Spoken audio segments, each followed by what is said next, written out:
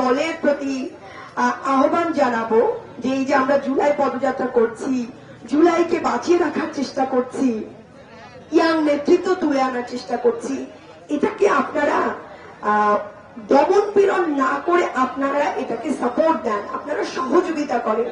কারণ এটা দেশের গণতন্ত্রের জন্য, জনগণের স্বার্থের জন্য আমাদের মতো মানুষদের দরকার। এবং অবশ্যই আমি বলবো যে আমি দেখবেন যে আমি সবসময় একটা কথা বলি যে আমি চাই না যে এই সরকার, আমি চাই যে এই সরকার আরো অনেক দিন থাকুক, তার সময়টা সে পার করুক। কেন চাই? আমি দেশের স্থিতিশীলতা চাই, অর্থনৈতিক স্থিতিশীলতা চাই, আমরা চাই। কিন্তু আমাদেরকে কারা, এই যে আমরা তো কথা বলি, সমালোচনা করি বা আমরা তাদের ভুলগুলো, এই ভুলগুলো তো তারাই আমাদের হাতে তুলে দেয়, তাই না?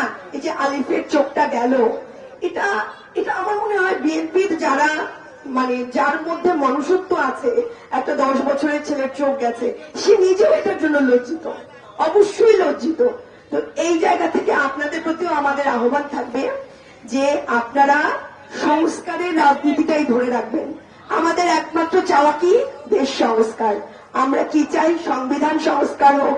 এই যে পুলিশ ভাইরা, পুলিশ ভাইদের কিন্তু আসলে আমরা অনেক সময় রাগ করি যে ভাইরা কেন কিছু বললো না, আমাদের উপরে আঘাত আসলো, কেন কিছু বলবো না, কিন্তু ওনারা তো হুকুমের গোলাম হয়ে যায় একটা সময়। হুকুমের মানে ওনারা তো, আমি বলি ওনাদের কিছু করার থাকে না, ওনাদের হাতে কিছু থাকে না, ওনারা চাকরি করে।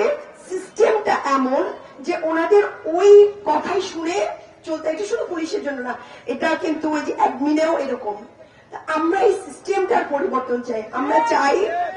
আমরা চাই যে দেশে এমন একটা, মানে এমন একটা পরিবর্তন আসুক।